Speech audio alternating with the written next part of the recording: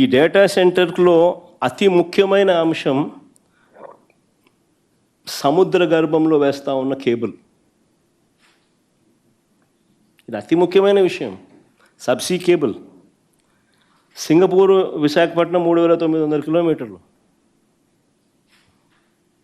ఈ 3900 కిలోమీటర్ల మేర వైజాగ్కు కేబుల్ వేయాలా? అదానీ డేటా సెంటర్ ఏర్పాటులో భాగంగా ఈ కేబుల్ తీసుకొని రావాలి.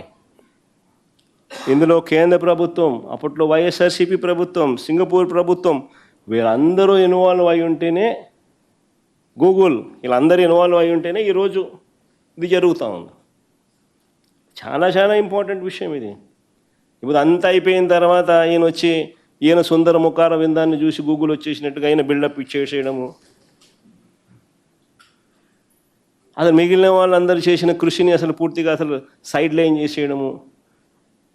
పాపం 87,000 కోట్లు పెట్టుబడి పెడతాడు ఆయన. పాపం $10 బిలియన్ పెట్టుబడి పెడతాడు. ఆయనను కూడా కనీసం ఆ లొకేషన్లో ఆయన కూడా లేడు. మళ్ళీ ఆయన ట్వీట్ చేసినాడు. ఏ స్టేజ్కి దిగి జరిపోయినాడు. ఇట్లా చేసినాడు కాబట్టి అదానే ట్వీట్ అది.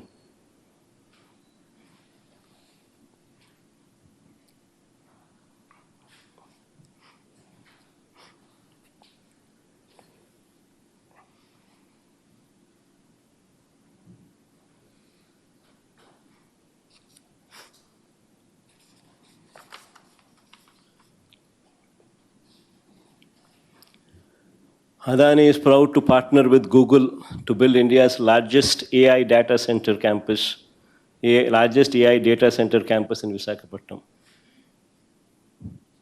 engineered specifically for the demands of artificial intelligence.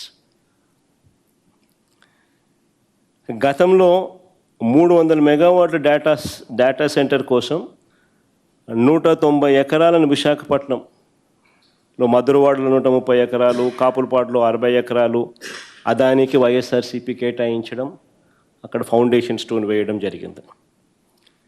అక్కడ పనులకు శంకుస్థాపన చేయడం, సబ్సీ కేబుల్ను సింగపూర్ నుంచి విశాఖపట్నంకు తీసుకురావడానికి అంకురార్పణ వేయడం, ఇవి కూడా అప్పుడే జరిగాయి. ఇప్పుడు ఇవాళ కొత్తగా వస్తూ ఉన్న 1000 మెగావాట్ల గూగుల్ ప్రాజెక్టుకు 300 మెగావాట్లు మేము ఇచ్చేటప్పుడే, ఆ రోజుల్లో అప్పుడే ఇచ్చేటప్పుడే డేటా సెంటర్లో పెద్ద ఉద్యోగ అవకాశాలు తక్కువే. కానీ ఒక డేటా సెంటర్ రావడం వల్ల ఒక ఎకో సిస్టమ్ బిల్డ్ అవుతుంది. ఆర్టిఫిషియల్ ఇంటెలిజెన్స్ అనేది రేపు పొద్దున ప్రపంచాన్ని డామినేట్ చేయబోయే నెక్స్ట్ టెక్నాలజీ. ఆ ఆర్టిఫిషియల్ ఇంటెలిజెన్స్కైనా కూడా లేదా క్వాంటమ్ కంప్యూటింగ్కైనా రేపొద్దున ఫ్యూచర్లో జరిగే ఎటువంటి గొప్ప మార్పుకైనా కానీ డేటా సెంటర్ అనేది will be the nodal point. ఇక్కడ డేటా ఉంటే ఆ డేటాను రకరకాలుగా ఆ డేటాకు మైండ్ అప్లై చేస్తే అది ఆర్టిఫిషియల్ ఇంటెలిజెన్స్ అవుతుంది.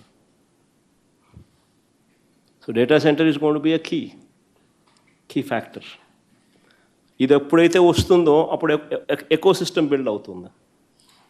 ఆ ఎకో సిస్టమ్ ద్వారా జీసీసీస్ వస్తాయి, గ్లోబల్ కేపబిలిటీ సెంటర్స్ వస్తాయి. సో దానికి నాంది ఆ రోజు ఆ ఆలోచనతో అక్కడి నుంచి స్టార్ట్ అయింది. ఆ రోజుల్లో అప్పట్లోనే 300 మెగావాట్లు డేటా సెంటర్ పెడితే ఉద్యోగాలు తక్కువే వస్తాయి కాబట్టి అంతటితో మేము ఆగల. ఆ రోజు అదానికి మేము చేసుకున్న అండర్స్టాండింగ్ కాపీ చూస్తే 25,000 జాబులు కూడా ఇవ్వాలన్నాం.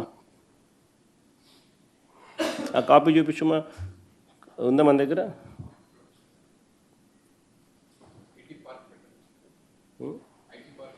ఐటీ పార్క్ పెట్టాలి అక్కడ, స్కిల్ యూనివర్సిటీ, స్కిల్ కాలేజు, అక్కడ ఐటీ పార్కు, రిక్రియేషన్ సెంటరు, ఈ 300 మెగావాట్ల డేటా సెంటర్తో పాటు ఒక IT park, recreation centre, skill centre, ఇవన్నీ కూడా పెట్టాలని, వీటి ద్వారా 25,000 ఉద్యోగాలు కూడా ఇవ్వాలని పార్ట్ ఆఫ్ ది అగ్రిమెంట్ చేసినాం మేము అప్పట్లో.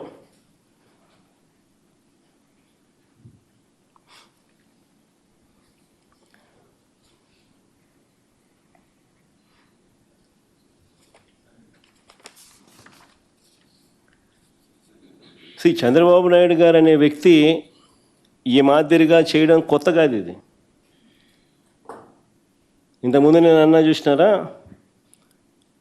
చంద్రబాబు నాయుడు గారి పరిపాలన ఎట్లుంటుందంటే ఎఫిషియన్సీ వీక్, వేరే వాళ్ళకు సంబంధించిన క్రెడిట్ చోరీ చేయడంలో మాత్రం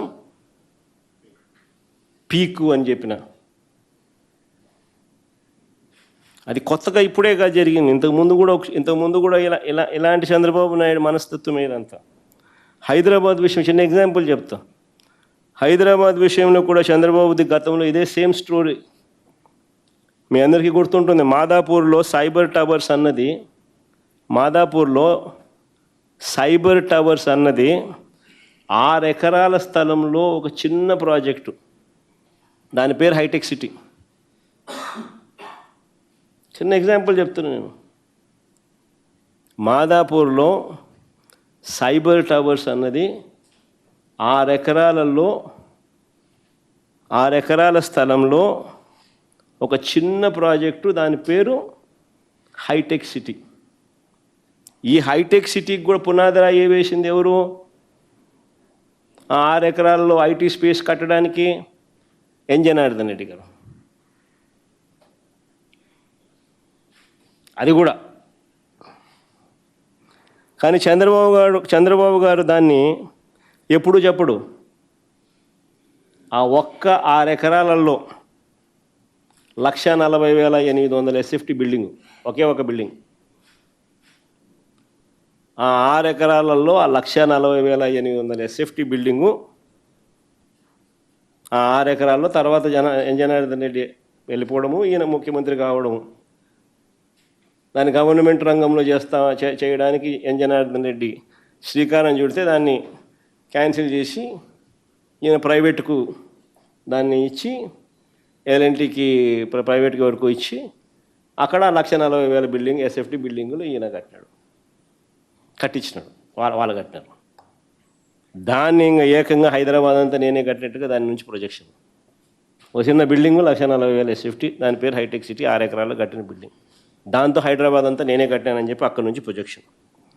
నిజం చెప్పాలంటే విషయం ఏమిటంటే 2004లో చంద్రబాబు నాయుడు ఓడిపోయినాడు.